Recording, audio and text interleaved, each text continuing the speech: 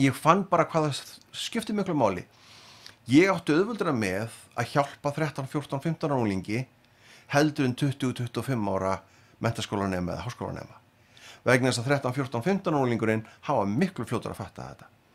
Þegar ég fór síðan að kenna krökkunum fyrir 10 árum síðan, þá áttaði mig líka á því hvað krakkarnir eru, þetta eru algjörir svampar, þau eru svo fljót að tilenga sér nýja hluti og þau eru svo tilbúin að prófa nýja hluti og það skiptir engu máli þó þau eru ekkert endilega spennt fyrir að vera á lestrarnámskeiði. Þegar þau sjá árangurinn, hraðan og einbeitinguna sem verður til, þá eru þau tilbúin að halda áfram og þess vegna oft eftirleikurinn til auðveldur. Það sem ég þó legg alltaf áherslu á að þau haldi æfingum áfram.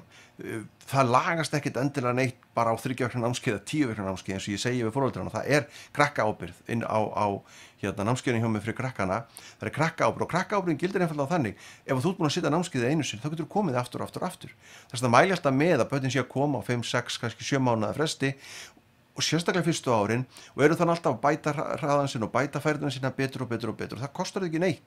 Þetta bara, þau eru búin að borga einu sem fyrir námskeiði, þá komið þau bara frítt inn með næsta hóp seinna. Því að við verðum að horfa við það. Eitt námskeið, 3 vikna námskeið mun ekki leysa öll lestrarvandræði barnsins hér eftir. Það mun hjálpa því áleiðis, engin spurning. Þau fá aðgang að kennsluvef sem opinn fyrir þau eftir námskeiðið og þau geta því auðveldlega haldið æfingum áfram heima. En ég mæli alltaf með því á kannski 5, 6, kannski allavega ársfresti að koma inn og skerpa þess á.